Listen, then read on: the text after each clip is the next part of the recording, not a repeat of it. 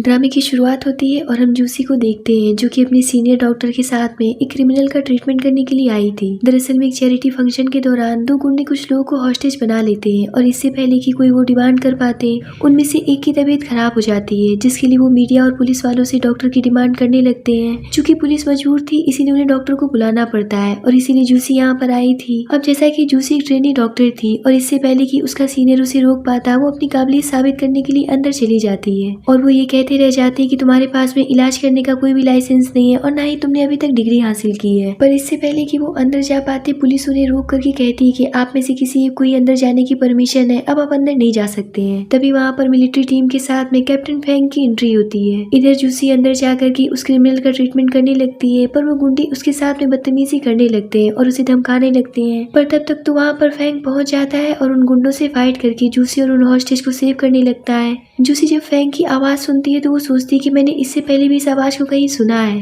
पर तब तक मिलिट्री वाले उसे वहाँ से लेकर के बाहर चले आते हैं, जहाँ हॉस्पिटल जा करके जूसी दूसरे मरीजों का ट्रीटमेंट करने लगती है। तभी वहाँ पर फेंग आता है और उससे कहता है कि मुझे भी बैंडेज की जरूरत है। फेंग को देख करके जूसी पूरी तरीके से शॉक्ड हो जाती है और हमें यहाँ पर एक फ्लैशबैक के जरिए पता चलता है कि जूसी का इस दुनिया में उसके ग्रैंडफादर के अलावा कोई भी और नहीं था और वो अपनी बीमारी की आखिरी स्टेज पर थे और वो जूसी से कह रहे होते हैं कि बेटा मुझे माफ कर देना, मैं अपनी बीमारी की वजह से तुम्हें बीच मझधार में छोड़ करके चला जाऊंगा, पर मैं मरने से पहले तुम्हारे लिए जरूर कुछ करके जाऊंगा ताकि तुम्हें अकेला ना रहना पड़े। वहीं पर फेंग के दादाजी भी मौजूद होते हैं, क्योंकि वो जूसी के दादाजी के फ्रेंड थे, इसीलिए वो उससे कहते हैं कि तुम्हें टेंशन लेने की जरूरत नहीं है, मैं जूसी की शादी अपने पोते फेंग के साथ में करवा दूंगा, जिसके बाद में वो कभी भी अकेली नहीं रहेगी। अब दोनों दादाजी के कहे अनुसार जूसी मैरिज ब्यूरो के बाहर खड़ी होकर के फेंग का वेट करने लगती है। फेंग जब वहाँ पर आता है तो जूसी उससे कहती है कि मुझे माफ करिएगा, आपको आज मेरे दादाजी की वजह से मुझसे जबरदस्ती शादी करनी पड़ रही है। पर फेंग इस बात का कोई भी जवाब नहीं देता है और उसे लेकर के अंदर चला जाता है। कुछ दिन बीतने के बाद में जूसी के दादाजी अपनी बीमारी की वजह से मर जाते हैं, जिनके फ्यूनरल तक पर फेंग नहीं आता है, जहाँ फेंग के दादाजी गुस्सा होकर के कहते हैं कि इस लड़के का मन कुछ ज्यादा ही बढ़ गया है, इसकी इतनी हिम्मत हो गई कि वो तुम्हारे दादाजी के फ्यूनरल तक पर नहीं आया है,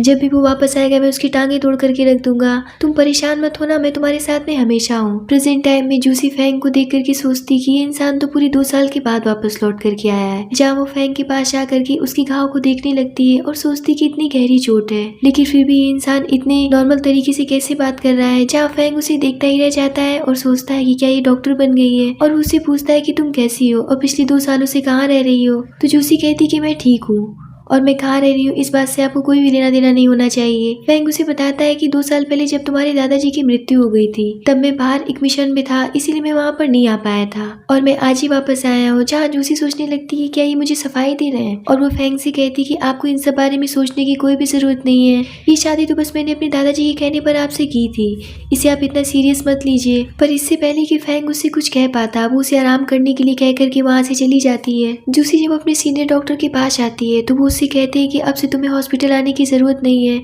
ये सुनकर के जूसी शॉक्ड हो जाती है और कहती कि आप क्या कह रहे हैं, जहाँ उसके सीनियर उससे कहने लग जाते हैं कि तुम एक ट्रेनी डॉक्टर हो और तुम्हारे पास भी इलाज करने का लाइसेंस नहीं है और ना ही अभी तक तुमने डिग्री हासिल की है, इसीलिए हम तुम्हें हॉस्पिटल में और काम करने के लिए नहीं रख सकते और आज जो तुमने किया है उसकी वजह से अगर कुछ हो जाता तो हमारे हॉस्पिटल में ताला लग जाता, मैं इतना बड़ा रिस्क नहीं ले सकता हूँ, जब तुम अपनी डिग्री हासिल कर लेना तभी तुम हॉस्पिटल अब कंटिन्यू कर सकती हो। इतना कहकर के वो उसे बाहर भेज देते हैं। बाहर आकर के जूसी फूट फूट कर रोने लगती है तो फेंग उसके पास में आता है और उसे आंसू पूछने के लिए कहता है। तो जूसी कहती कि मैं रो नहीं रही हूँ, बस मैं थक गई, मैं घर जाकर के आराम करूंगी तो ठीक हो जाऊंगी। फेंग कहता है कि कैसा घर, अब तुम्हें मेरे साथ में चलना पड़ेगा क्योंकि मैं तुम्हारा हस्बैंड हूँ। इतना कहकर के वो उसे अपने साथ लेकर के चला जाता है। फेंग जब घर पहुंचता है तो वहाँ दादाजी का असिस्टेंट फेंग से कहता है कि दादाजी ने आप दोनों लोगों को डिनर पर घर बुलाया है। तो फेंग कहता है कि अभी जूसी बहुत थकी हुई है तो उसे आराम करने की जरूरत है, मैं उसे सुबह लेकर के घर आऊंगा। तो असिस्टेंट कहता है कि पर दादाजी आप दोनों लोगों का वेट कर रहे हैं। फेंग कहता है कि मैं जूसी को रात भर में खा नहीं जाऊंगा, जा करके उनसे कह देना।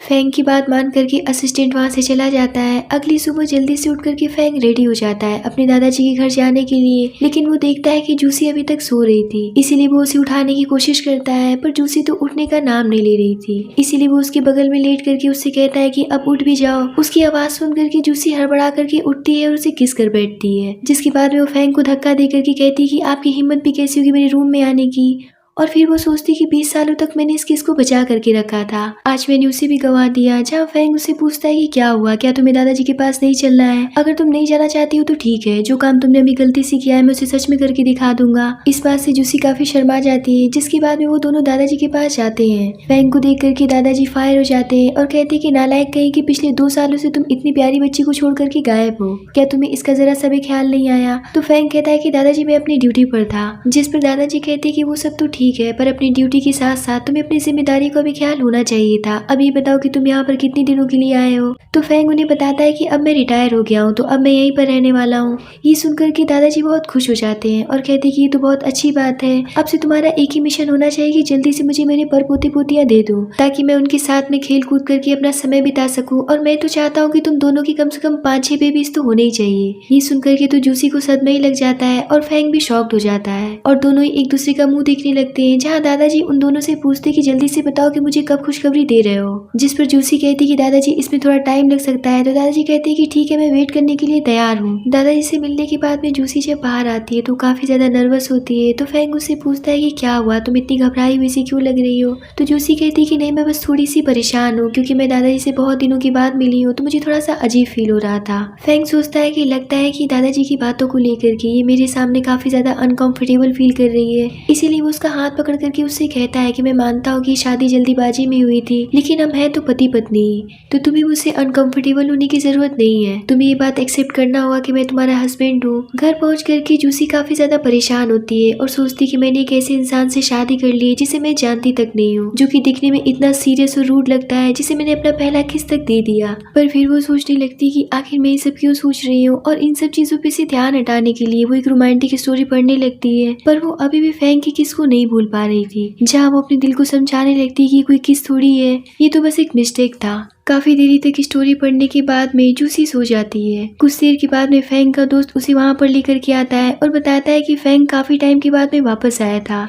इसी खुशी में हम पार्टी कर रहे थे, पर इसने पार्टी में कुछ ज्यादा ही ड्रिंक कर ली है, तो आप इसे संभाल लीजिएगा। इतना कहकर के वो वहाँ से चला जाता है। पर तभी फैंग के हाथ में जूसी का टैप लग जाता है और वो उसमें रोमांटिक स्टोरी देख कर कहता है कि ये सब क्या है। तो जूसी कहती कि आपकी हिम्मत भी कैसी होगी टैप को हाथ लगाने की, और इसी खींचातानी में जूसी उसके ऊपर गिर जाती है और काफी क्लोज चली जाती है। तो फैंग उसे अपने से दूर करते हुए कहता है कि ये सब तुम क्या कर रही हो, क्या तुम अब इस तरीके की चीजें भी पढ़ने लग गई हो? तो जूसी कहती कि बस मैं इन सभी चीजों के बारे में जानना चाहती थी। फैंग कहता है कि अगर तुम ऐसी बकवास चीजों को देखती रही तो फिर तुम्हारा पढ़ाई में मन कैसे लगेगा? लगता है कि तुम डॉक्टर बनने का सपना भूल गई हो। इस बात से जूसी चिढ़ जाती है और कहती कि आप तो काफी सीरियस अंकल टाइप की पर्सन है। इतना कहकर कि वो वहाँ से जाने लगती है और कुछ दूर के बाद में जाकर के कहती कि आप अभी भी मुझे घूर रहे हैं, और उसे मुंह चिढ़ा करके वहाँ से चली जाती है। फैंग सोचता है कि मुझे तो लगा था ये काफी सीरियस और बुद्धिमान लड़की है, पर ये तो पूरी तरीके से बददिमाग और बच्चों जैसी हरकतें कर रही है। शाम को जूसी अपने एक दोस्त से मिलने के लिए जाती है, जो कि उसे पूरे 6 महीने के बाद मिल रही थी, पर उसे दूर से देख करके कंफ्यूज हो जाती है। पर पास जाकर के वो उसे कहती कि मुझे तो लगा था कि तुम कोई हैंडसम से लड़के हो। जहाँ नैन्सी उसे पूछती कि मुझे पता चला है कि तुम्हारे हस्बैंड वापस आ गए, तो बताओ उनके बारे में कि वो कैसे हैं। जहाँ जूसी बताती कि वो मुझसे नाराज है क्योंकि कल उन्होंने मुझे रोमांटिक स्टोरी पढ़ते हुए देख लिया और वो मेरे साथ में एक बच्ची जैसे ट्रीट कर रहे थे। ये सुनकर के नैन्सी हंसने लगती है और कहती कि पागल, ऐसा थोड़ी होता है, हो सकता है कि तुम्हारे हस्बैंड का नेचर ही ऐसा हो क्योंकि वो मिलिट्री में थे, और मैंने सुना है कि मिलिट्री में काम करने वाले लोग काफी सीरियस होते हैं। यहाँ पर जूसी उस दिन की बात को याद करने लगी थी जब वो उस गुंडे का इलाज कर रही थी और फैंग ने वहाँ पर आकर के उसे बचाया था। जिसके बाद नैन्सी जूसी से पूछती है क्या तुम्हें वो लड़का याद है जो कि तुम्हें हमेशा लेटर्स लिखा करता था कि तुम डॉक्टर बन सकती हो?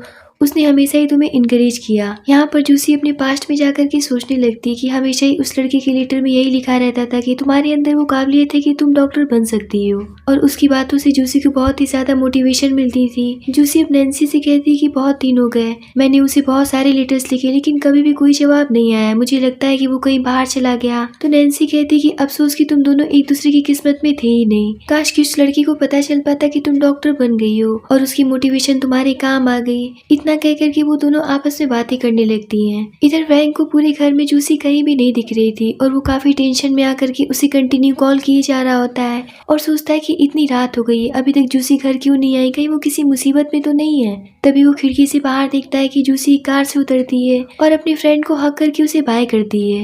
ये देख करके तो फ्रैंक की जेलेसी का कोई भी ठिकाना नहीं रहता है, क्योंकि वो नैन्सी को लड़का ही समझ रहा था और वो सोचता है कि जूसी तो मुझसे इतना दूर भागती है, फिर वो किसी और लड़की की इतनी करीब कैसे हो सकती है। है। इस बात से उसे काफी ज्यादा गुस्सा आता है। जैसे ही नैन्सी घर के अंदर घुसती तो फैंग उसे पकड़ करके अपने करीब खींच लेता है, जिस पर नैन्सी काफी देर से चिल्ला देती है क्योंकि वो काफी डर जाती है और वो फैंग से कहती कि आप कैसी हरकतें कर रहे हैं, एक बार लाइट तो ऑन कर लेना चाहिए था। फैंग उससे पूछता है कि मैं जानना चाहता हूँ कि मेरे अलावा तुम्हारी जिंदगी में कौन कौन है। जूसी कहती कि आज आप इतने डरावने क्यों लग रहे हैं, जिस पर फैंग कहता है कि क्या तुम उस इंसान की यादों में इतनी खोई हुई थी कि तुम्हें मेरी आहट तक नहीं मिली और तुम मुझसे इतना डर गई। जूसी तो समझ ही नहीं पाती कि आखिर फैंग को हो क्या क्या है और वो उससे कहती कि मुझे इस तरीके से मत देखिए, मुझे आपसे डर लग रहा है, इसलिए मुझसे दूर रहिए। जिस पर फैंग कहता है कि लगता है कि तुम्हें मेरा सवाल करना पसंद नहीं आया है, पर मैं जानना चाहता हूँ कि आखिर तुम इतनी देर रात तक कहाँ थी और तुमने अपना फोन क्यों बंद कर रखा था, क्या तुम्हारे अंदर रिस्पॉन्सिबिलिटी नाम की कोई चीज है भी या नहीं। जूसी कहती कि मैं भूल गई थी क्योंकि मुझसे कोई ये बात पूछने वाला नहीं था कि मैं देर रात तक कहाँ रह रही हूँ, क्योंकि इससे पहले मेरी फैमिली में कोई था ही नहीं, मैं तो अकेली ही रहती थी। जिस पर फैंग कहता है कि अब से तुम्हें मुझे हर एक बात बतानी होगी क्योंकि मैं तुम्हारा हस्बैंड हूँ और मुझे तुम्हारे बारे में सब कुछ जानना है। जिस पर जूसी कहती है अब से आपको ऐसी शिकायत कभी भी नहीं मिलेगी। लेकिन फैंग के तो गुस्से का कोई भी ठिकाना नहीं रहता है और वो उससे कहता है कि एक तो तुम 20 साल की हो, ऊपर से इतनी आधी रात को एक दूसरे लड़की के साथ में घूम रही हो। ये सुनकर के तो जूसी शॉक्ड हो जाती है और कहती है कि कौन लड़का, वो तो मेरी दोस्त नैन्सी थी, वो कोई लड़का थोड़ी है, उसने बस अपने बाल छोटे करवा लिए और अपना हुलिया बदल लिया है। ये सुनकर के फैंग चुप हो जाता है, लेकिन फिर वो उससे कहने लग जाता है कि पर फिर भी तुम दोनों लड़कियों का एक साथ घर से इतनी रात को बाहर रहना ठीक नहीं था।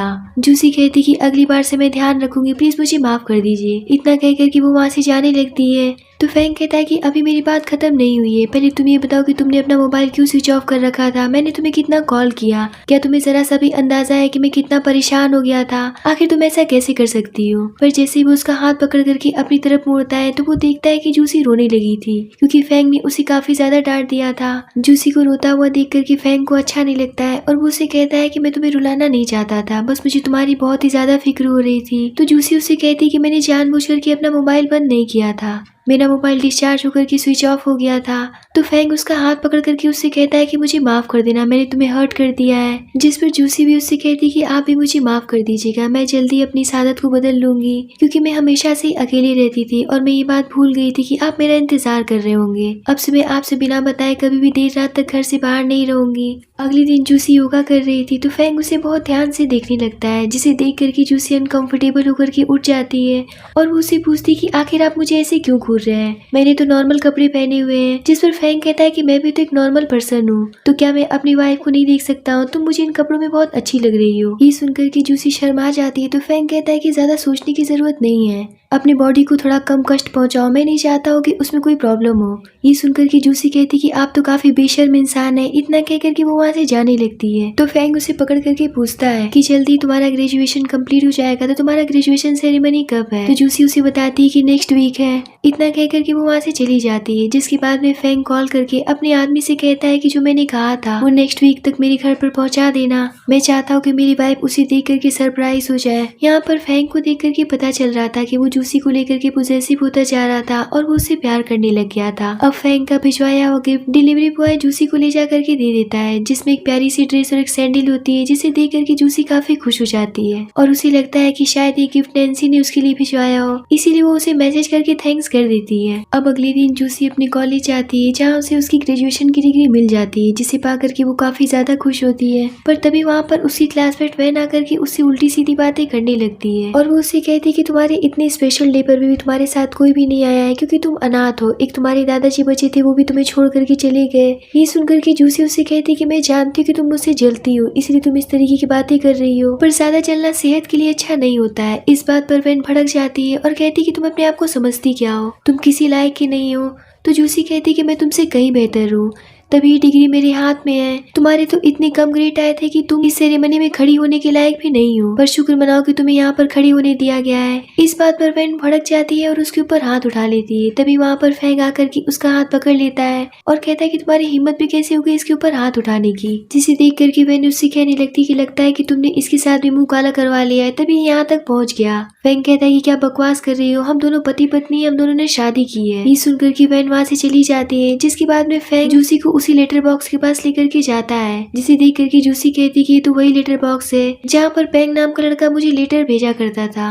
तो फैंग उससे कहता है कि मैं वही लड़का हूँ। ये सुनकर के तो जूसी शॉक्ड हो जाती है और वो उससे कहती कि मैं आपसे एक बात पूछना चाहती हूँ कि पिछले 5 साल से मैंने आपको इतने सारे लेटर्स लिखे, पर आपने उन लेटर्स का जवाब क्यों नहीं दिया। तो फैंग उसे बताता है कि मैंने 5 साल पहले ही अपना ग्रेजुएशन कंप्लीट कर लिया था, जिसके बाद मैंने मिलिट्री ज्वाइन कर लिया, इसीलिए मैं तुम्हारे लेटर्स का जवाब नहीं दे पाया और अब से तुम्हारे न्यू करियर की शुरुआत हो रही है, तो मैं चाहता हूँ कि तुम खूब आगे बढ़ो। तभी जूसी के पास में नैन्सी की कॉल आती है और वो उससे कहती है कि आज तुमने अपना डिग्री हासिल कर लिया है तो हम एक साथ मिलकर के खूब पार्टी करेंगे, इसीलिए मैं तुम्हें लेने के लिए आ रही हूँ। इतना कह करके वो कॉल काट देती है। तो जूसी फैंग से कहती है कि मेरी सबसे अच्छी दोस्त मुझे लेने के लिए आ रही है, तो क्या मैं उसके साथ में जा सकती हूँ। तो फैंग उससे पूछता है कि वही दोस्त है ना जो कि उस दिन तुम्हारे साथ में रात में आई थी। इतने पर तो नैन्सी वहाँ पर आ जाती है, जिसे देख करके जूसी काफी खुश होकर के उसी गले से लगा लेती है। पर अभी भी फैंग को काफी ज्यादा जेलस फील हो रहा था, जबकि वो ये बात जानता था कि नैन्सी एक लड़की है। जिसके बाद जूसी नैन्सी को फैंग से इंट्रोड्यूस करवाती है और शर्माते हुए बताती है कि मेरे हस्बैंड है, और वो उसे पूछती है क्या मैं अपनी दोस्त के साथ में पार्टी करने के लिए जा सकती हूँ। तो फैंग उससे कहता है कि हाँ तुम जा सकती हो, जब पार्टी खत्म हो जाएगी तो मैं तुम्हें रिसीव कर लूंगा। तो जूसी कहती है कि ठीक है, और वो खुशी खुशी अपने दोस्त के साथ में चली जाती है। जहाँ नैन्सी उससे कहती कि तुम्हारे हस्बैंड तो काफी स्मार्ट लग रहे थे और नेचर वाइज काफी मैच्योर भी है, मुझे तो वो काफी अच्छे लगे। यहाँ पर जूसी उसे बता देती कि ये वही लड़का है जो कि मुझे अक्सर लेटर्स लिखा करता था।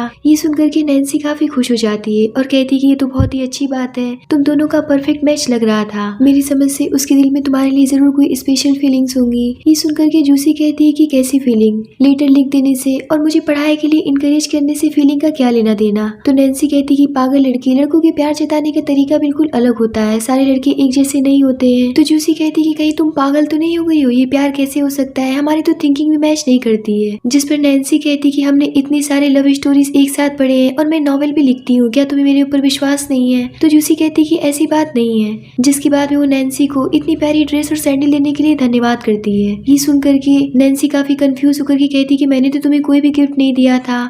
जिसके बाद में वो कहती कि लगता है कि इतनी प्यारी ड्रेस तुम्हारे हस्बैंड ने तुम्हें गिफ्ट किया है, लगता है कि उन्हें तुम्हारा साइज अच्छे से पता है। तो नैन्सी कहती कि पर हम तो एक साथ सोते भी नहीं और ना ही उन्होंने मुझे कभी टच किया है, तो उन्हें कैसे पता चलेगा कि मेरा साइज क्या है। ये सुनकर के नैन्सी शॉक्ड हो जाती है और कहती कि पागल लड़की, तुम दोनों का शादी हो चुका है और तुम दोनों एक साथ आज तक नहीं सोए हो, क्या तुम्हें नहीं लगता है कि तुम दोनों को एक साथ रोमांटिक होना चाहिए, तुम लोग कितनी ज्यादा बोरिंग हो। ये सुनकर के जूसी कहती कि बस करो, मुझे ये सब नहीं सुनना है, क्या ये सब करना जरूरी है। जिस पर नैन्सी कहती कि जहाँ तक मुझे पता है कि तुम्हारे हस्बैंड पूरे 30 साल के होने वाले हैं, क्या तुम्हारे लिए उनके दिल में कोई भी रोमांटिक फीलिंग नजर नहीं आई, या फिर उन्होंने कुछ ऐसी बात कही हो जो कि तुम्हें याद हो। जिस पर जूसी उस दिन की योगा वाली बात को सोचने लगती कि फैंग उस दिन उसे बहुत गौर से देख रहा था और वो उससे कहने लग जाता है कि तुम मुझे इस ड्रेस में काफी ज्यादा अच्छी लग रही हो। और वो ये बात नैन्सी को बता देती कि इससे पहले कि वो कुछ आगे कह पाता मैं वहाँ से भाग गई थी। नैन्सी कहती कि मैं समझ गई, तुम्हारे हस्बैंड तुम्हें बहुत पहले से ही प्यार करते हैं, इस बात को जितनी जल्दी तुम समझ जाओ ये तुम्हारे लिए अच्छा होगा। तुम भले ही छोटी सी नाजुक सी दिखती हो, लेकिन तुम्हें उन्हें अपनी मुट्ठी में तो करना ही होगा।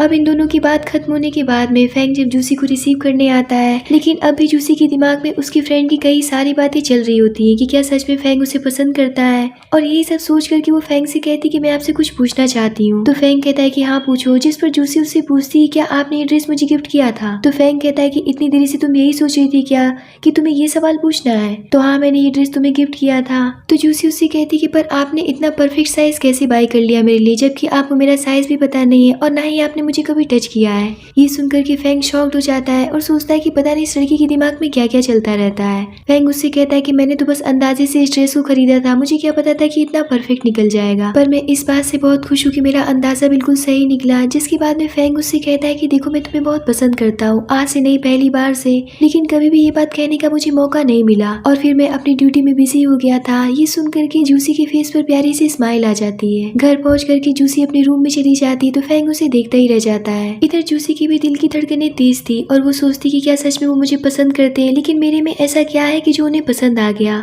दूसरी तरफ फैंग भी जूसी के रूम में जाना तो चाहता था, लेकिन वो ये सोच करके रुक जाता है कि कहीं मैं जल्दीबाजी तो नहीं कर रहा हूँ जिसकी वजह से मैं उसे कहीं डरा न दूं, और यही सोच करके वो वहाँ से चला जाता है। तभी जूसी के पास में उसकी सीनियर की कॉल आती है और वो उसकी डिग्री पाने के लिए उसे बधाई देते हुए बताते हैं कि जो तुम्हारे लिए मैंने अप्लाई किया था उसमें तुम्हारा नाम निकल गया है, तो तुम कल से ICU में आकर के ज्वाइन कर सकती हो।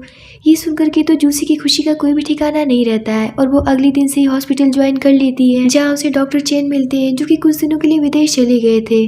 तो वो उसे बताती है कि मैंने सुना है कि तुमने फिर से हॉस्पिटल ज्वाइन कर लिया है और तुमने अपनी डिग्री भी हासिल कर ली है, इसीलिए मैं तुम्हें बधाई देने के लिए आया था। क्या आज रात तुम फ्री हो? क्या तुम मेरे साथ डिनर पर चलोगी?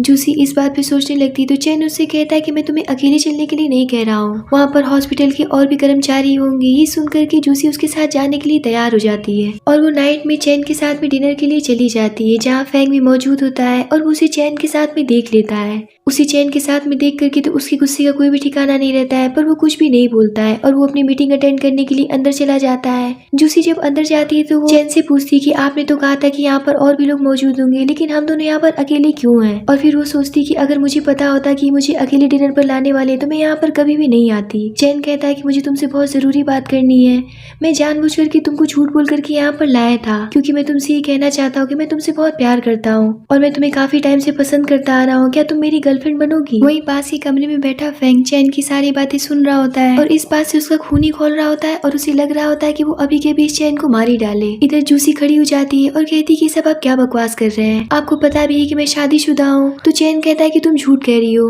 मैंने तुम्हारे हाथ में कभी भी तुम्हारी वेडिंग रिंग नहीं देखा है, आखिर तुम मुझसे दूर क्यों भागना चाहती हो? तभी वहाँ पर फैंग आ जाता है और फैंग को इतने गुस्से में देख करके तो जूसी काफी ज्यादा परेशान हो जाती है और उससे पूछती कि आप यहाँ पर कब आए, लेकिन फैंग अपने गुस्से की वजह से कुछ बोलता नहीं है और जूसी को लेकर के वहाँ से जाने लगता है। तो चैन कहता है कि आखिर तुम कौन हो और ऐसे जूसी को लेकर के कहाँ जा रहे हो? जिस पर फैंग उसे धक्का दे करके जूसी को लेकर के वहाँ से अपने साथ चला जाता है, जहाँ जूसी उससे कहती कि आखिर आप मुझे इस तरीके से कहाँ लेकर के जा रहे हैं, आखिर आप मेरे साथ में क्या करना चाहते हैं? तो फैंग कहता है कि दिख नहीं रहा है कि मैं तुम्हें रिंग की शॉप पर लेकर के आया हूँ। जिसके बाद में फैंग उस शॉप पे खड़ी लड़की से उन दोनों के लिए रिंग निकालने के लिए कहता है और जूसी से उनमें से एक रिंग सेलेक्ट करने के लिए कहता है। जूसी कहती है कि आखिर हम यहाँ पर अचानक से रिंग खरीदने के लिए क्यों आए हैं? तो फैंग उससे कहता है कि लगता है कि तुम भूल गई हो कि तुम एक शादीशुदा लड़की हो और तुम्हारे हाथ में वेडिंग रिंग का होना बहुत जरूरी है। इतना कह करके फैंग रिंग लेकर के घर आ जाता है, जहाँ वो एक रिंग जूसी को पहना देता है और दूसरी रिंग खुद भी पहन लेता है और जूसी से कहता है कि अब से ये रिंग तुम्हारे हाथ से उतरनी नहीं चाहिए। जूसी कहती कि आखिर आपको हो क्या गया है, एक तो आप बिना कुछ कहे मुझे होटल से यहाँ ले आए और फिर मुझसे इस तरीके की बातें कर रहे हैं और मुझे डांट भी रहे हैं। फैंग उससे कहता है कि तुम चाहती क्या हो, कि मुझसे ये बर्दाश्त होगा कि मेरी वाइफ किसी दूसरे आदमी के साथ बाहर जा रही है? जिस पर जूसी कहती कि आप गलत समझ रहे हैं, वो तो मेरा बस कुलीग था। फैंग कहता है क्या कहा तुमने कुलीग? क्या एक नॉर्मल कुलीग तुम्हें अपने साथ डिनर पर ले जाकर के प्रपोज करेगा? जूसी कहती कि अच्छा तो आपने ये सब सुन लिया था, तो फिर आपने ये भी सुना होगा कि मैंने उसे साफ इनकार कर दिया था। आपको मुझ पर भरोसा करना होगा, मैंने इन 2 सालों में आपके ना रहने में कभी भी आपको धोखा नहीं दिया है। क्या आप मुझे ऐसी लड़की समझते हैं? तो फैंग उससे कहता है कि मेरा मतलब ये नहीं था, मुझे तुम पर पूरा भरोसा है, लेकिन मैं किसी बाहरी आदमी पर तुम्हें लेकर के भरोसा नहीं कर सकता हूँ और मैं तुम्हें किसी और के साथ में नहीं देख सकता हूँ, तुम सिर्फ मेरी हो। मैं तुम्हें सिर्फ इसलिए स्पेस दे रहा था कि मैं तुम्हें डराना नहीं चाहता था और मुझे अब लग रहा है कि मैंने कुछ ज्यादा ही समय बर्बाद कर दिया है। मैंने तुमसे पहले ही बताया था कि मैं तुमसे हद से ज्यादा प्यार करता हूँ। तुमसे शादी होने के बाद से मैंने कभी भी ये नहीं सोचा कि मैं तुमसे अलग हो जाऊंगा। तो क्या अब तुम मुझे अपने क्लोज आने की परमिशन दोगी? तो जूसी कहती कि मतलब मैं समझी नहीं। तो फैंग कहता है कि मेरा मतलब ये है कि क्या हम एक ही बेड पर एक ही रूम में सो सकते हैं? इतना कह करके वो उसे किस कर लेता है। ये देख करके जूसी शॉक्ड हो जाती है, पर फैंग तो अब रुकने का नाम नहीं लेता है और वो उसके साथ में नाइट एक्सपेंड कर बैठता है। अगले दिन फैंग जूसी को अपनी फैमिली पार्टी में लेकर के जाता है, क्योंकि फैंग का छोटा भाई टियान विदेश से पढ़ करके वापस लौटा था और इसी खुशी में दादाजी ने पार्टी रखी थी, जहाँ टियान अपनी भाभी से मिलकर के बहुत खुश होता है। जहाँ वो फैंग से कहता है कि अच्छा भाई की जो आप वापस आ गए, वरना दादाजी ने सारा काम मुझ पर ही डाल दिया था और मुझे तो उनकी विरासत में कोई भी इंटरेस्ट नहीं है, इसीलिए अब से मैं फ्री हुआ। तो फैंग कहता है कि ऐसा सोचना भी मत, दादाजी ने ये नहीं कहा है कि तुम अपना काम नहीं करोगे। तो टियान कहता है कि कोई बात नहीं, अगर अब मुझे दादाजी डांटेंगे तो मेरे पास मेरी भाभी तो है ही मुझे प्रोटेक्ट करने के लिए। तो फैंग कहता है कि वो सब तो ठीक है, पर अपनी भाभी से थोड़ा दूर रहो। तो टियान कहता है कि क्या भाई, आपको मुझसे भी जेलस फील हो रहा है? जिसके बाद में वो फैंग को अपने साथ लेकर के चला जाता है, पर जूसी को वहाँ पर फिर से वैन मिल जाती है और वो उसे फिर से जलील करने लगती है और कहती कि मैं तुम्हें जितना ही नहीं देखना चाहती हूँ उतना ही तुम मेरे सामने क्यों आ जाती हो? आखिर तुम्हें इतनी बड़ी पार्टी में अंदर किसने आने दिया?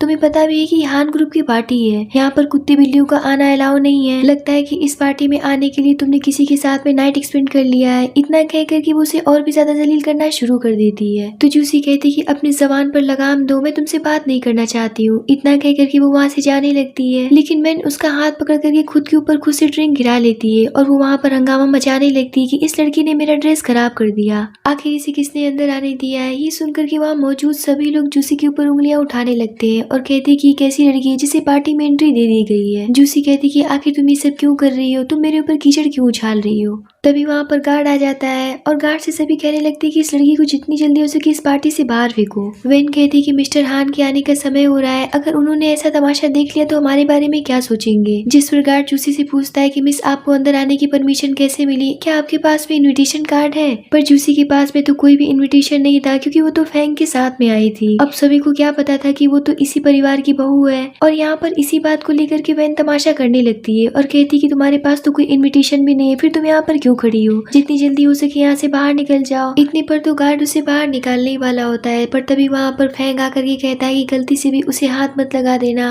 तो वेन गार्ड से कहती है कि मुंह क्या देख रहे हो, जल्दी से इसे बाहर निकालो, वरना यहाँ पर अगर मिस्टर हान की एंट्री हो गई तो वो क्या सोचेंगे। तो फैंग गार्ड से कहता है कि क्या तुम मेरी वाइफ को उसकी पार्टी से बाहर निकाल दोगे। ये सुनकर के तो गार्ड के पांव तले से जमीन निकल जाता है क्योंकि हान कोई और नहीं बल्कि फैंग ही था। ये सुनकर के वेन कहती है कि ऐसा नहीं हो सकता है, इतनी बड़ी मल्टीनेशनल कंपनी हान ग्रुप का प्रेसिडेंट इस जूसी का हस्बैंड कैसे हो सकता है। फैंग कहता है कि इसने बहुत ही ज्यादा बकवास कर ली, इसे तुरंत ही इस पार्टी से बाहर निकाल दो। इतनी पर गार्ड वेन को बाहर निकाल देता है, पर इस बात से जूसी को भी सदमा लग जाता है क्योंकि उसे तो अभी तक यही पता था कि फैंग के दादाजी की एक छोटी सी कंपनी है। और वो फैंग से कहती कि आपने मुझसे ये सब पहले क्यों नहीं बताया था, मुझे तो लगा था कि दादाजी की फैमिली बिल्कुल मेरी फैमिली जैसी होगी, इसीलिए मैंने आपसे शादी करने के लिए हाँ कहा था। मुझे तो इस बात का एहसास तक नहीं था कि आप इतने बड़े एम्पायर के मालिक हैं। क्या आपने कभी सोचा है कि मैं आपकी स्टेटस की नहीं हूँ, मैं किसी तरीके से भी आपके लायक नहीं हूँ। फैंग कहता है कि क्या पागलों जैसी बातें कर रही हो, मेरे फैमिली बैकग्राउंड से हमारी शादी का क्या लेना देना। जूसी कहती कि मैं एक नॉर्मल सी लड़की हूँ और आप हान ग्रुप के प्रेसिडेंट हैं, आपको एक ऐसी लड़की से शादी करनी चाहिए थी जो कि आगे चल करके आपके करियर में आपकी मदद करती। फैंग उससे कहता है कि मुझे इन सभी बातों से कोई भी फर्क नहीं पड़ता है, क्या मेरा इस कंपनी का प्रेसिडेंट होना पाप है। मैं भी एक इंसान हूँ, मेरे पास भी एक दिल है, मुझे भी प्यार करने का हक है। क्या मैं तुमसे प्यार करने के लायक नहीं हूँ। मैंने इन 30 सालों में तुम्हारे अलावा किसी भी लड़की को नहीं देखा है, तुम मेरी वाइफ हो। और रही बात इतने बड़े एम्पायर की, तो दादाजी अब बूढ़े हो चुके हैं, मैं इतनी बड़ी जिम्मेदारी से पीछे नहीं हट सकता हूँ, मुझे ये सब देखना ही पड़ेगा। ये सब सुनकर के जूसी मान जाती है और फैंग की बातों को समझ जाती है। तभी जूसी के पास में उसकी सीनियर की कॉल आती है और वो उससे कहती है कि कल तुम्हारा मेडिकल सेमिनार है जहाँ तुम्हें डॉक्टर चेन के साथ में जाना होगा। तो जूसी कहती है कि ठीक है, पर इस बात के लिए फैंग तैयार नहीं होता है क्योंकि उसे डॉक्टर चेन बिल्कुल भी पसंद नहीं था। तो जूसी कहती है कि प्लीज मुझे जाने दीजिए, मेरा वहाँ पर जाना बहुत जरूरी है। जूसी कहती है कि आपको फिर से जलन हो रही है। तो फैंग उससे कहता है कि कोई मेरी वाइफ को चाहता हो, क्या मुझे उसे देख करके जलन नहीं होनी चाहिए। तो जूसी कहती है कि प्लीज मेरे ऊपर तो भरोसा आप कर ही सकते हैं,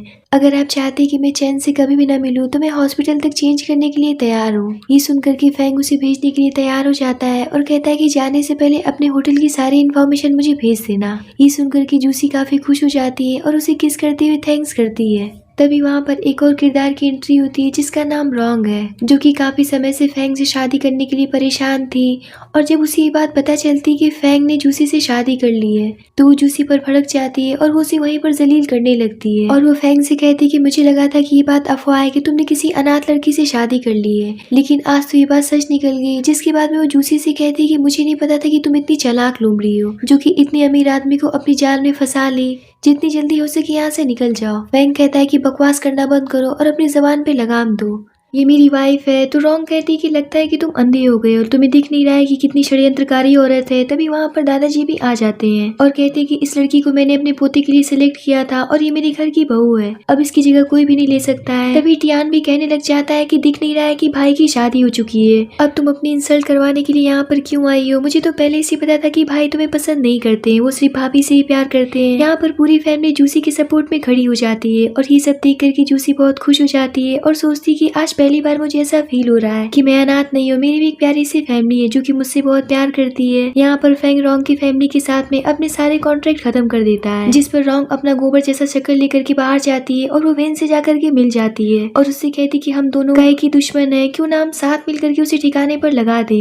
इस बात के लिए वेन भी तैयार हो जाती है। अगले दिन जूसी चैन के साथ में सेमिनार अटेंड करने के लिए चली जाती है, जहाँ उसे ऐसा फील होता है कि उसके रूम में कोई घुस रहा है। तो वो सोचती कि लगता है कि कोई चोर होगा और वो टेबल लैंप उठा करके उसे मारने के लिए तैयार हो जाती है, पर वहाँ पर तो फैंग होता है और वो कहता है कि तुम क्या कर रही हो, क्या तुम मेरा सर फोड़ देना चाहती हो। तो जूसी कहती कि आप यहाँ पर कैसे आ गए। तो फैंग कहता है कि मैं तुम्हें बहुत मिस कर रहा था, इसलिए मैं यहाँ पर आ गया। जूसी कहती कि आपने तो मुझे डरा ही दिया था, पर फैंग को तो जूसी के अलावा कुछ भी नजर नहीं आ रहा था और वो उसके प्यार में पागल होता जा रहा था। तभी बाहर से चैन की आवाज आती है, तो फैंग उससे कहता है कि ये इतनी रात में तुम्हें आवाज क्यों दे रहा है। तो जूसी कहती कि हो सकता है कि कोई इंपॉर्टेंट बात हो। इतना कह करके वो गेट खोलती है, तो चैन उससे पूछता है कि मैंने तुम्हारी चीखने की आवाज सुनी थी, इसीलिए मैं तुमसे पूछने आ गया कि तुम ठीक हो भी या नहीं। तभी फैंग भी उसके सामने आ जाता है, तो चैन उसे देख करके शॉक्ड हो जाता है और कहता है कि आप तो जूसी को एक पल के लिए भी अकेला नहीं छोड़ पा रहे हैं, आप तो मेरी सोच से कहीं ज्यादा आगे निकले।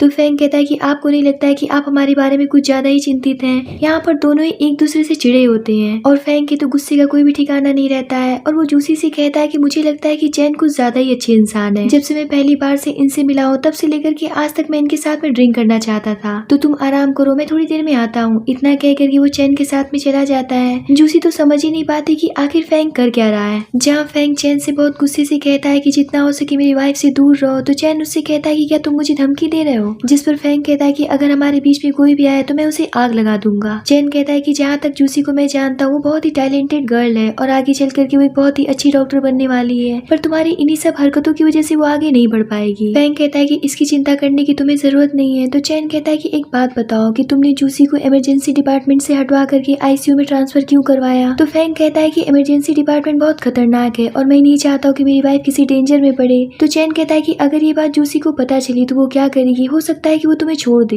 ये सुनते ही फैंग उसे एक थप्पड़ मार देता है और गुस्से से कहता है कि मैं तुम्हें आखिरी वार्निंग दे रहा हूँ कि मेरा पेशेंस खोने पर मुझे मजबूर मत करो और यहाँ से चले जाओ, वरना मैं तुम्हारे साथ में क्या कर बैठूंगा इस बात का मुझे भी अंदाजा नहीं है। इतना कह करके वो वहाँ से चला जाता है। तो चैन कहता है कि जूसी इंसान तुम्हारे लिए सही नहीं है, बल्कि मैं तुम्हारे लिए सही इंसान था। इधर नशे में धुत फैंग जूसी के पास जा करके उसे हक करके कहता है कि प्लीज मुझे खुद से दूर मत करो। तो जूसी उससे पूछती कि कुछ हुआ है क्या। तो फैंग कहता है कि कुछ भी नहीं हुआ है, तुम परेशान मत हो, बस मुझे खुद से दूर मत करो और एक वादा करो कि चाहे कुछ भी हो जाए पर तुम मुझे छोड़ करके कभी नहीं जाओगी। तो जूसी कहती कि मैं आपको कहीं भी छोड़ करके नहीं जा रही हूँ। अगले दिन जूसी जब हॉस्पिटल जाती है तो वो वहाँ पर वैन को देख करके पूरी तरीके से शॉक्ड हो जाती है और उससे पूछती कि तुम यहाँ पर क्या कर रही हो। तो वैन कहती कि आज से मैं भी तुम्हारे साथ ही इसी डिपार्टमेंट में काम करने वाली हूँ। तो जूसी कहती कि तुमने तो एग्जाम तक पास नहीं किया है, तुम्हें यहाँ पर एंट्री कैसे मिल गई। वैन कहती कि इसकी चिंता तुम मत करो। जिस पर जूसी उससे कहती कि मुझे पता नहीं कि तुम्हें मुझसे क्या प्रॉब्लम है, पर ये कोई स्कूल नहीं है, ये एक हॉस्पिटल है, ये कोई ट्रायल करने की जगह नहीं है जहाँ तुम कोई भी मिस्टेक करके निकल जाओगी। इसीलिए जितनी जल्दी हो सके यहाँ से निकल जाओ, वरना अगर यहाँ पर तुमने किसी की भी जिंदगी के साथ में खिलवाड़ किया तो तुम्हें कोई भी नहीं बचा सकता है। इतना कह करके जूसी वहाँ से चली जाती है, पर वैन इस बात से बहुत बुरी तरीके से चिढ़ जाती है और कहती है कि देखो मैं तुम्हारा क्या हश्र करती हूँ। और इसी बात से चिढ़ करके वो अपने हायर किए हुए गुंडे को जूसी के पास भेज देती है, जो कि उसे काफी ज्यादा परेशान करने लगता है। जूसी उससे पूछती कि तुम्हें क्या चाहिए, मैं तुम्हें पैसे देने के लिए तैयार हूँ। तो वो गुंडा कहता है कि मुझे पैसे नहीं चाहिए, मैं तुम्हारे साथ में बस एक रात बिताना चाहता हूँ। और इन्हीं सब हाथापाई के चक्कर में जूसी के मोबाइल से फैंग को कॉल चली जाती है और फैंग उसकी डरी हुई आवाज सुनकर के काफी ज्यादा परेशान हो जाता है और वो मीटिंग छोड़ करके वहाँ से निकल जाता है। और रास्ते में जा करके वो टियान को कॉल करके कहता है कि तुम्हारी भाभी किसी मुसीबत में, जितनी जल्दी हो सके उसके नंबर को ट्रेस करवा के उसके पास में पहुंचो। इधर जूसी उस गुंडे को सुई चुभा करके फ्रीज कर देती है और अपने फ्रेंड को और पुलिस को कॉल करके बुलाती है। कुछ ही देर में वहाँ पर पुलिस आकर के उस गुंडे को गिरफ्तार कर लेती है और जूसी को अपने साथ पुलिस स्टेशन लेकर के चली जाती है, जहाँ पागलों की तरह नैन्सी और टियान दोनों ही भागते हुए आते हैं और दोनों ही उसे अपने साथ ले जाने के लिए आपस में लड़ने लगते हैं। तो जूसी टियान से पूछती कि आप यहाँ पर कैसे आ गए। तो टियान उसे बताता है कि आप ही ने तो भाई को फोन किया था। जूसी जब अपना मोबाइल चेक करती है तो उसे पता चलता है कि उसने गलती से फैंग को कॉल कर दिया था, जिसके बाद में उसके पास में फैंग की कॉल आती है और वो उससे परेशान होकर के पूछता है कि क्या तुम ठीक हो। तो जूसी कहती कि आप तो मीटिंग में थे ना। तो फैंग कहता है कि तुमसे ज्यादा जरूरी मेरे लिए मीटिंग नहीं है, इसीलिए टियान के साथ में जल्दी से घर पहुंचो, मैं भी घर पहुंच रहा हूँ। जिसके बाद में टियान और नैन्सी मिलकर के जूसी को घर लेकर के जाते हैं और यहाँ पर टियान को देख करके ऐसा फील हो रहा था कि वो नैन्सी को पसंद करने लग गया है और वो जूसी से कहता है कि मैं इसे घर तक छोड़ दे रहा हूँ। तो नैन्सी कहती कि मैं वो नाजुक सी लड़की नहीं हूँ, मैं खुद से घर चली जाऊंगी। बहुत ज्यादा मनाने पर नैन्सी उसके साथ में जाने के लिए तैयार हो जाती है और इस बात से टियान की तो खुशी का कोई भी ठिकाना नहीं रहता है। कुछ देर के बाद में फैंग घर आता है और पागलों की तरह जूसी को चेक करने लगता लगता है कि कहीं तुम्हें चोट तो नहीं लगी, तुम ठीक तो हो ना। तो जूसी कहती है कि चिंता मत करिए, मैं बिल्कुल ठीक हूँ। जिस पर फैंग उसे गले से लगा करके कहता है कि प्लीज मुझे माफ कर देना, मैं समय पर नहीं पहुंच पाया, मैं कितना परेशान हो गया था। तो जूसी कहती है कि मैं बिल्कुल ठीक हूँ, मैंने सही समय पर उस गुंडे को सुई चुभा करके फ्रीज कर दिया था। इतने पर तो फैंग उसे किस करने लग जाता है। तो जूसी कहती है कि आप क्या कर रहे हैं। तो फैंग कहता है कि देखो तुम मुझे बहुत छोटी सी और नाजुक सी लगती हो, इसीलिए मैं तुम्हें ट्रेनिंग देना चाहता हूँ, मैं चाहता हूँ कि तुम फिजिकल फिट रहो। ये सुनकर के जूसी शॉक्ड हो जाती है और कहती है कि आप करना क्या चाहते हैं, क्या आप चाहते हैं कि मैं आपकी तरह सुबह सुबह उठ करके दौड़ूं और एक्सरसाइज करूं। तो फैंग कहता है कि ये सब मैं तुम्हारी भलाई के लिए कह रहा हूँ, अगर तुम फिजिकली फिट रहोगे तो तुम किसी के भी हाथ पैर तोड़ सकती हो। तो जूसी कहती है कि मुझे हाथ पैर नहीं तोड़ना है, मैं एक वाइफ बनना चाहती हूँ, ना कि मैं आपकी तरह फौजी बनना चाहती हूँ, मैं सुबह सुबह नहीं उठ सकती हूँ, प्लीज मान जाइए। यहाँ पर जूसी पूरी तरीके से बच्चों जैसी हरकत करने लगती है। तो फैंग कहता है कि अच्छा ठीक है, परेशान मत हो, और वो उसे हक करके सोचता है कि इतनी किसकी हिम्मत बढ़ गई जो मेरी वाइफ को हाथ लगाने की कोशिश किया, ये जरूर किसी साजिश के तहत हुआ है, मैं इसका पता लगा करके रहूंगा। कुछ देर के बाद में फैंग के पास टियान की कॉल आती है और वो उससे कहता है कि भाई मुझे आपसे एक मदद चाहिए, प्लीज भाभी से पूछ करके बताइए ना कि उनकी फ्रेंड सिंगल है या फिर उसका कोई बॉयफ्रेंड है, क्योंकि मैं उसे लाइक करने लग गया हूँ। तो फैंग उससे कहता है कि मैं तुम्हारी एक शर्त पर मदद करने के लिए तैयार हूँ कि आज जो भी कुछ तुम्हारी भाभी के साथ में हुआ है उसके पीछे किसका हाथ है। तो टियान कहता है कि ठीक है भाई, मैं जल्दी पता करके बताता हूँ। तभी वहाँ पर जूसी आती है। तो बातों ही बातों में फैंग उससे पूछ लेता है कि क्या नैन्सी सिंगल है। तो जूसी कहती है कि हाँ, अभी तक तो उसका कोई भी बॉयफ्रेंड नहीं है, वो अभी तक सिंगल है, पर कल वो एक ब्लाइंड डेट पर जा रही है क्योंकि उसे शादी करना बहुत जरूरी है। और ये बात टियान तक पहुंच जाती है और वो पहले से उस जगह पर बैठा होता है। नैन्सी और जूसी भी उस आदमी के आने का इंतजार करने लगती हैं, पर जब वो आदमी आता है तो उसे देख करके दोनों ही शॉक्ड हो जाती है क्योंकि वो बहुत ही ज्यादा बदसूरत और बददिमाग लग रहा था। जिसके बाद में वहाँ पर बैठ करके नैन्सी से उल्टी सीधी बातें करने लगता है और ठरकपना शुरू कर देता है। उसकी बातें सुन करके तो नैन्सी गुस्सा हो जाती है और उठा करके उसके मुंह पर चाय फेंक देती है। इतने पर तो टियान भी वहाँ पर आ जाता है और उसे जलील करते हुए वहाँ से भगा देता है। जिसके बाद में वो नैन्सी को खुद प्रपोज करता है, पर नैन्सी को तो उसकी बातें मजाक लग रही होती है। पर टियान उससे कहता है कि मैं तुम्हें लेकर के बहुत सीरियस हूँ और मैं तुमसे शादी करना चाहता हूँ। ये सुनकर के नैन्सी शॉक्ड हो जाती है और कहती कि पर हम तो एक ही बार मिले हैं। तो टियान कहता है कि जब से मैंने तुम्हें पहली बार देखा है तभी से मुझे प्यार हो गया है, क्या तुम मुझसे शादी करोगी। जिस पर जूसी उससे कहती कि पर ये सब मजाक नहीं है, शादी एक बहुत ही बड़ा फैसला है, इसीलिए आप दोनों एक बार सोच लो। तो टियान कहता है कि मैंने सोच लिया है। उसकी बातें सुनकर के नैन्सी काफी खुश हो जाती है और वो टियान से शादी करने के लिए तैयार हो जाती है और दोनों ही शादी करने के लिए चले जाते हैं। नैन्सी सब देख करके शॉक भी होती है और काफी खुश भी होती है। अगले दिन फैंग और जूसी दोनों ही टियान के पास जाते हैं उसकी शादी की बधाई देने के लिए, जहाँ जूसी टियान से कहती कि आपने मेरी फ्रेंड से शादी तो कर ली पर कभी भी उसे कष्ट मत पहुंचाना। टियान कहता है कि इसीलिए आप निश्चिंत रहिए। जिसके बाद में टियान उससे कहता है कि क्या आपको मेरे भाई का रूम नहीं देखना है कि आखिर उनके रूम में क्या क्या है, चलिए मैं आपको उनका रूम दिखाता हूँ। इतना कह करके वो फैंग के रूम में उसे लेकर के चला जाता है, जहाँ वो उसके रूम को देखने लगती है। तभी टियान एक बॉक्स लेकर के आता है और कहता है कि भाई ने इसे काफी ज्यादा संभाल करके रखा है, मुझे लगता है कि इसे भी आपको देखना चाहिए। जहाँ जूसी उस बॉक्स को ओपन करके उसमें से सारा सामान निकाल करके देखने लगती है, तभी जूसी के हाथ में वही पेपर्स लग जाते हैं जब फैंग ने उसका ट्रांसफर आईसीयू में करवाया था। और ये देख करके वो पूरी तरीके से शॉक्ड हो जाती है। तभी वहाँ पर फैंग आ जाता है और वो समझ जाता है कि जूसी ने उन पेपर्स को देख लिया और वो टियान से कहता है कि किससे पूछ करके तुमने ये बॉक्स उसे दिया है। इतना कह करके वो उसे रूम से निकाल देता है, जहाँ जूसी उससे पूछती कि आपने मेरे साथ में ऐसा क्यों किया। तो फैंग उससे कहता है क्योंकि वो डिपार्टमेंट तुम्हारे लिए सही नहीं है, वो बहुत खतरनाक है और मैं नहीं चाहता हूँ कि तुम किसी परेशानी में पड़ो। जूसी कहती कि आप बहुत बड़े आदमी है, इसका मतलब ये तो नहीं कि आप किसी के भी ऊपर दबाव डालेंगे। इसीलिए मैं समझ नहीं पा रही थी कि आखिर डीन इतने परेशान क्यों है, क्योंकि आपने उन्हें भी धमकाया था।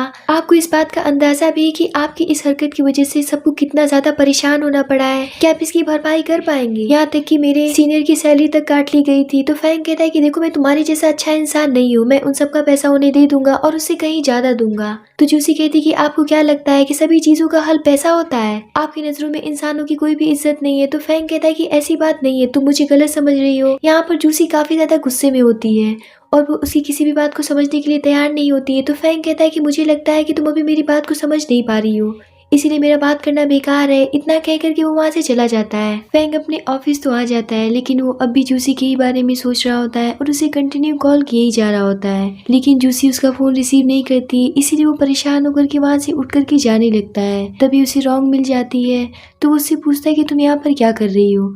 तो रॉन्ग उससे कहती कि मैं तुमसे माफी मांगने आई, प्लीज मुझे माफ कर दो, मैं तुमसे बहुत प्यार करती हूँ। इस बात पर फैंग भड़क जाता है और कहता है कि मुझसे फालतू की बकवास मत करो, मैं तुमसे बात करने में बिल्कुल भी इंटरेस्टेड नहीं हूँ। इतना कहकर के वो वहाँ से चला जाता है। तभी फैंग के पास में टियान की कॉल आती है और वो उसे बताता है कि भाभी के साथ में उस गुंडे ने जो भी कुछ किया था, इस काम के लिए वैन ने उस गुंडे को हायर किया था। ये सुनकर के तो फैंग के गुस्से का कोई भी ठिकाना नहीं रहता है। इधर जूसी के पास में वैन पहुंच जाती है और उससे कहती कि आखिर तुम किसका इंतजार कर रही हो, जिस हस्बैंड के लिए तुम इतना तरस रही हो वो तो किसी और लड़की के साथ में गुलछर्रे उड़ा रहा है। जिस पर जूसी कहती कि आखिर तुम यहाँ पर पहुंची कैसे और तुम ये सब क्या बकवास कर रही हो। जिस पर वैन उसे फैंग के साथ रॉन्ग की फोटो दिखा देती है जो कि अभी अभी उसके ऑफिस में थी। फोटो देख करके जूसी पूरी तरीके से शॉक्ड हो जाती है और वो उससे पूछती कि ये फोटो तुम्हें कहाँ से मिली। तो वैन कहती कि ये फोटो मुझे कहाँ से मिली इस बात से तुम्हें क्या लेना देना, तुम्हें बस इतना पता होना चाहिए कि हर मर्द एक जैसे होते हैं और तुम्हारे हस्बैंड ने तुम्हें धोखा दिया है। तो जूसी कहती कि मुझे मेरे हस्बैंड पर पूरा भरोसा है, वो ऐसे इंसान नहीं है। इतने पर वहाँ पर नैन्सी आ जाती है और वैन से कहती कि यहाँ से जितनी जल्दी हो सके निकल जाओ, मैं तुम्हारी शक्ल नहीं देखना चाहती हूँ। इतना कहकर कि वो उसे वहाँ से भगा देती है। जिसके बाद में वो जूसी को समझाती कि तुम ये बात अच्छी तरीके से जानती हो कि तुम्हारे हस्बैंड ऐसे नहीं है। तो जूसी कहती कि फिर भी मुझे बहुत ही ज्यादा जेलस फील हो रहा है, पता नहीं आखिर वो रॉन्ग के साथ में क्या कर रहे थे।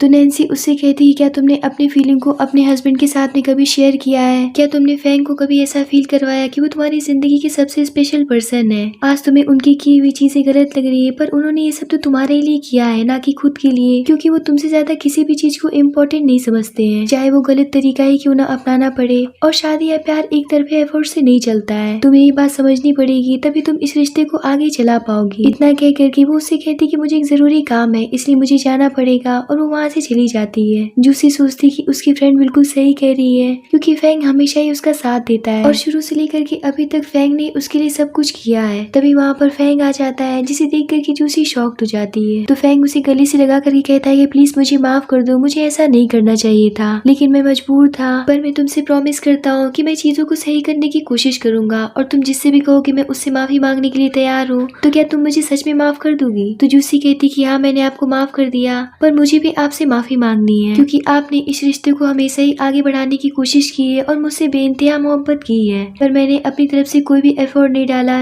जबकि मैं आपसे बहुत प्यार करती हूँ। लेकिन इस बात को मैंने कभी भी आपसे नहीं कहा, लेकिन अब से मैं प्रॉमिस करती हूँ कि मैं आपसे दूर कभी भी नहीं जाऊंगी और मैं आपकी सारी बातों को समझूंगी और इस शादी के रिश्ते को अच्छे से आगे निभाऊंगी। जिस पर फैंग कहता है कि तुम्हें अचानक से क्या हो गया है, कहीं तुमने कोई मीठी कैंडी तो नहीं खा ली है इसीलिए तुम इतनी मीठी मीठी सी बातें कर रही हो। इतना कह करके वो उसे किस कर लेता है और यहाँ पर दोनों की नाराजगी खत्म हो जाती है। अगले दिन जूसी जब हॉस्पिटल जाती है तो वो देखती है कि एक मरीज का अटेंडेंट काफी ज्यादा हंगामा मचा रहा था और वो कह रहा था कि मुझे ऐसी डॉक्टर नहीं चाहिए जो कि मेरी माँ का अच्छे से इलाज तक नहीं कर पा रही है। जूसी देखती कि वो तो उसी के मरीज का अटेंडेंट है, इसीलिए वो उसके पास जाकर के पूछती कि आखिर क्या प्रॉब्लम है। तो वो आदमी जूसी के ऊपर भड़क जाता है और कहता है कि मुझे तुमसे अपनी माँ का इलाज नहीं करवाना है, मैं डॉक्टर वैन से करवाना चाहता हूँ। ये सुनकर के तो जूसी शॉक्ड हो जाती है और वो उस मरीज को समझाने की कोशिश करती है कि देखिए मैं आपकी माँ का अच्छे से इलाज कर रही हूँ और उनकी कंडीशन के बारे में अच्छी तरीके से जानती हूँ, इसीलिए मुझसे बेहतर उनका इलाज कोई और नहीं कर पाएगा। लेकिन वो आदमी कहने लग जाता है कि मुझे इस बात की परवाह नहीं है, लेकिन मैं तुमसे अपनी माँ का इलाज नहीं करवाना चाहता हूँ, मैं बस डॉक्टर वैन को ही चाहता हूँ। तभी वहाँ पर डॉक्टर चेन आते हैं और पूछते कि आखिर यहाँ पर किस बात की बहस चल रही है। तो वैन उनसे कहती है कि ये मरीज के परिवार है और ये जूसी से अपनी माँ का इलाज नहीं करवाना चाहते हैं, ये डॉक्टर चेंज करना चाहते हैं। तो जूसी उस आदमी को समझाने की कोशिश करती है कि देखिए शुरू से लेकर के अभी तक मैं ही आपकी माँ का इलाज कर रही हूँ और मैं अच्छे से उनका ट्रीटमेंट कर सकती हूँ। जिस पर वो आदमी कहने लग जाता है कि मैं ये बात अच्छी तरीके से जानता हूँ कि तुम एक अमीर आदमी की वाइफ हो और इसीलिए तुम्हें इस अस्पताल में एंट्री मिल गई है,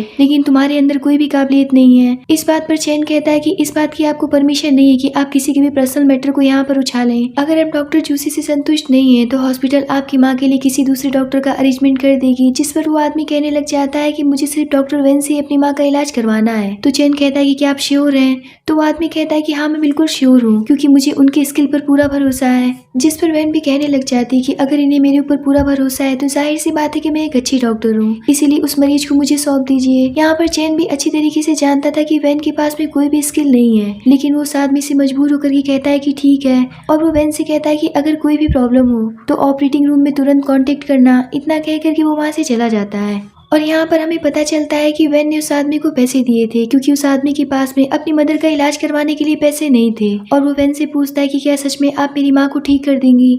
तो वैन उससे कहती है कि तुम्हारी हिम्मत भी कैसी होगी मुझसे ये बात पूछने की, मैं एक बहुत बड़ी डॉक्टर हूँ। ये सुनकर कि वो आदमी वहाँ से चला जाता है। उसके जाने के बाद में वैन डॉक्टर चैन की फोटो निकाल करके कहती है कि मैं सिर्फ आपके लिए बनी हूँ और मैं आपसे बहुत प्यार करती हूँ। और यहाँ पर हमें पता चलता है कि वैन तो चैन के प्यार में पागल थी, इसीलिए वो उसकी नजर में अपनी काबिलियत साबित करना चाहती थी और जूसी को उसकी नजरों में गिराना चाहती थी, इसीलिए वो ये सब कर रही थी। और इसके पीछे रॉन्ग भी उसका साथ दे रही थी, क्योंकि उसे हॉस्पिटल में एंट्री तो इस जन्म में कभी भी नहीं मिलती, क्योंकि वो उस लायक थी ही नहीं। दूसरी तरफ उस मरीज का अच्छे से ट्रीटमेंट नहीं कर पाती है और नर्स आकर के बताती कि मरीज की कंडीशन काफी ज्यादा खराब हो गई है। ये सुनकर के जूसी और वैन भागते हुए उस मरीज के पास जाते हैं, जहाँ जूसी उससे पूछती कि आखिर तुम इनके साथ में कर क्या रही थी। यहाँ पर नर्स बताती कि सही तरीके से ट्रीटमेंट ना मिलने की वजह से इनकी कंडीशन काफी ज्यादा खराब हो गई है, अब इन्हें सर्जरी की जरूरत पड़ सकती है। यहाँ पर जूसी और वैन काफी ज्यादा बहस करने लगते हैं। तभी वहाँ पर डॉक्टर चेन आते हैं और वो वैन से पूछते हैं कि अगर तुमने इनकी जिम्मेदारी ली थी तो फिर तुमने इनका ट्रीटमेंट कैसे किया था। मैं जल्दी ही तुम्हारे खिलाफ बात करूंगा कि तुम्हें इस हॉस्पिटल से निकाला जाए। अब जूसी उस मरीज को बचाने के लिए ठान लेती है, तो डॉक्टर चेन उससे पूछते हैं कि तुम सर्जरी रूम में जा तो रही हो, लेकिन क्या तुमने उनके परिवार से इन पेपर्स पर साइन करवाया है। तो जूसी कहती कि मेरे पास में इतना टाइम नहीं है, अगर मैं उनका वेट करूंगी तो इनकी जान खतरे में पड़ जाएगी। तो चेन उससे कहता है कि क्या तुम पागल हो गई हो, बिना परिवार के साइन के हम ऐसा नहीं कर सकते हैं। तो जूसी कहती कि पर मेरे लिए सबसे पहले उनकी जान बचाना बहुत जरूरी है।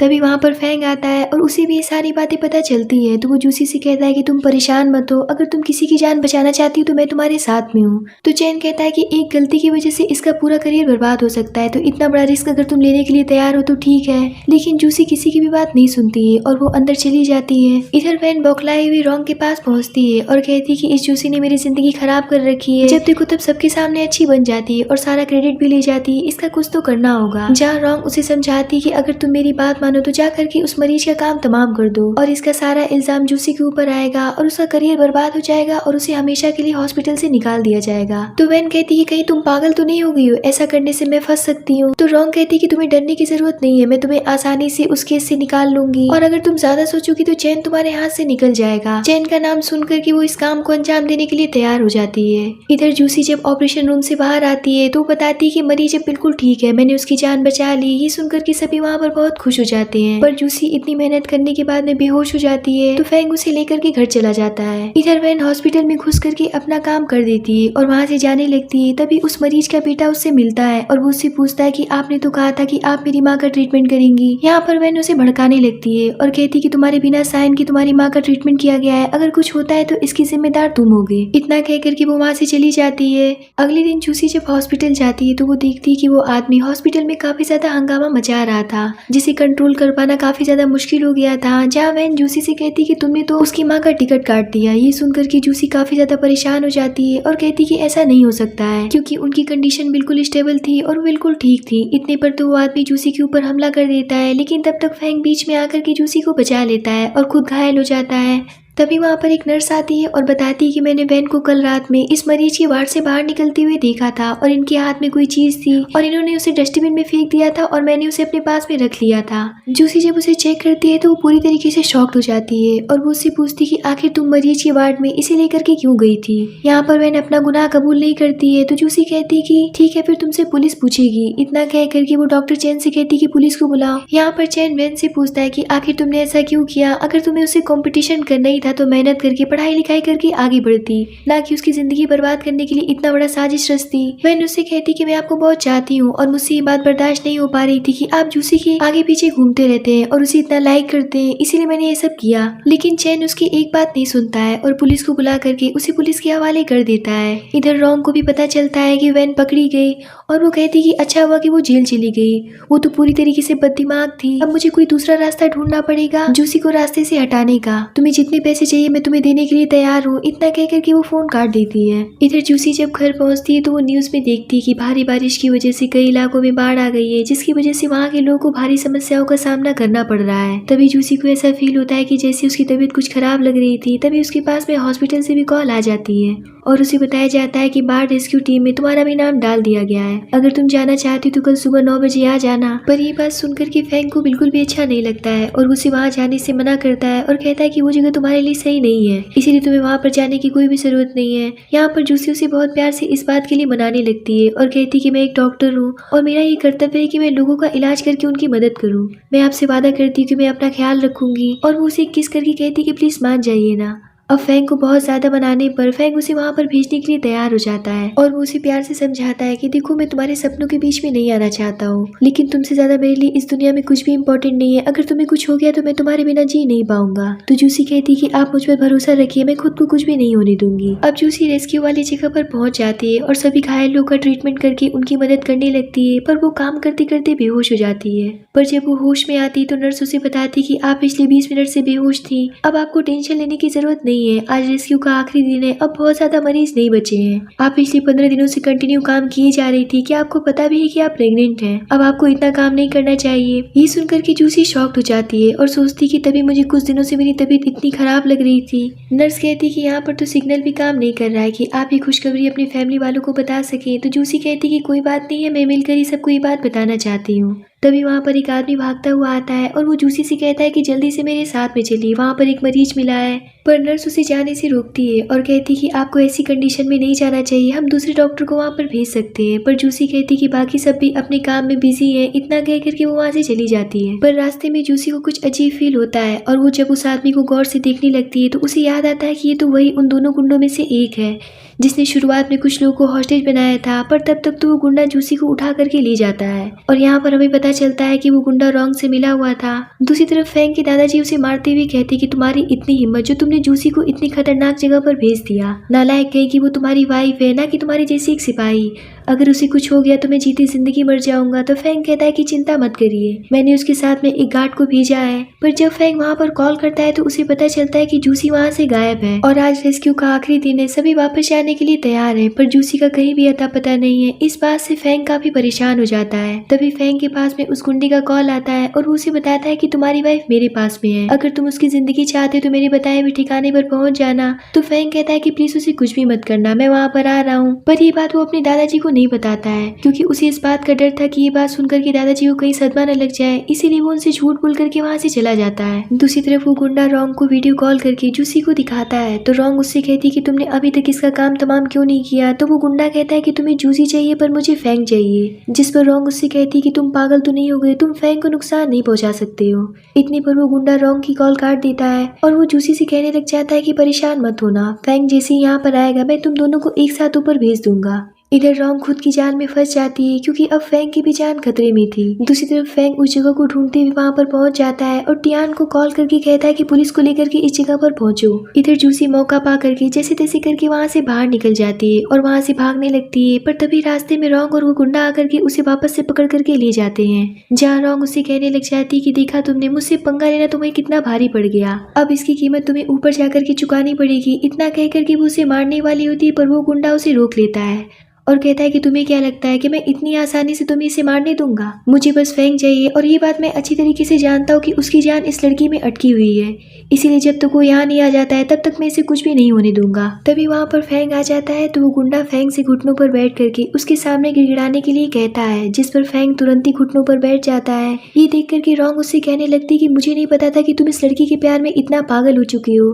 कि किसी के भी सामने घुटनों के बल बैठ जाओगे। इतने पर जूसी उस गुंडे को बाइट कर लेती है और इसी बात का फायदा उठा करके फैंग उस गुंडे के हाथ से गन गिरा देता है और उससे फाइट करने लगता है, जहाँ जूसी की भी कंडीशन खराब होने लगती है और वो कहती है कि प्लीज मेरे बच्चे को बचा लो। ये सुनकर के फैंग भाग करके उसके पास जाता है और उसे उठा करके हॉस्पिटल लेकर के जाने लगता है। पर तब तक वो गुंडा जूसी के ऊपर हमला कर देता है पर फैंग पलट जाता है, जिसकी वजह से वो बहुत बुरी तरीके से घायल हो जाता है। जूसी कहती कि आपको कुछ भी नहीं होगा तो फैंग कहता है कि डरो मत, सब कुछ ठीक हो जाएगा। तो जूसी कहती कि प्लीज आंखें मत बंद करना, मुझे बहुत कुछ अभी कहना बाकी है।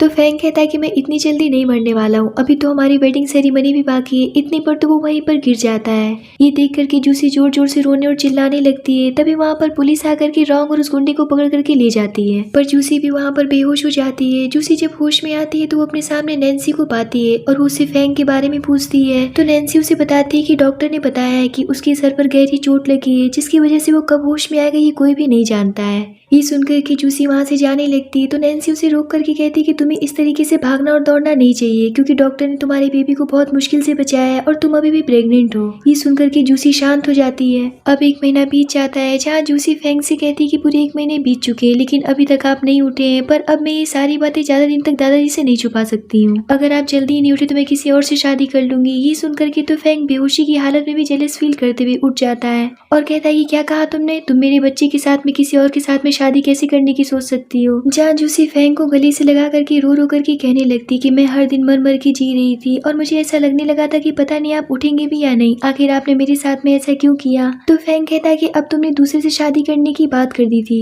तो ये बात मुझसे कहाँ बर्दाश्त होने वाली थी, इसीलिए मैं उठ गया। यहाँ पर दोनों बहुत ही ज्यादा खुश थे। जिसके बाद में हम फेंग और जूसी के वेडिंग डे को देखते हैं, जहाँ वो दोनों अपनी वेडिंग को हंसी खुशी कंप्लीट करते हैं। जिन्हें देख करके नैन्सी कहने लगती है कि 1 महीने पहले तक फेंग हॉस्पिटल में था और जूसी किडनैप हो गई थी, पर अब सब कुछ सही हो गया है। जहाँ ये बात दादाजी भी सुन लेते हैं। टियान कहता है कि अरे चुप हो जाओ, दादाजी को ये सारी बातें पता नहीं थी। ये सब सुन करके दादाजी फेंग से कहते कि नालायक कहीं के, इतनी बड़ी बात तुमने आखिर मुझसे छुपाई कैसे? आज इसी वेडिंग हॉल में मैं तुम्हारे दोनों पैर हाथ तोड़ करके रख दूंगा। तो जूसी कहती कि दादाजी आपका ग्रैंड चाइल्ड आने वाला है, तो क्या आप उसके फादर के पैर तोड़ देंगे? ये सुन करके तो दादाजी शांत हो जाते हैं और बहुत ही ज्यादा खुश हो जाते हैं और कहते कि तुम दोनों हमेशा खुश रहो। और इसी प्यारी सी ब्लेसिंग के साथ में इस ड्रामे की यहीं पर हैप्पी एंडिंग होती है।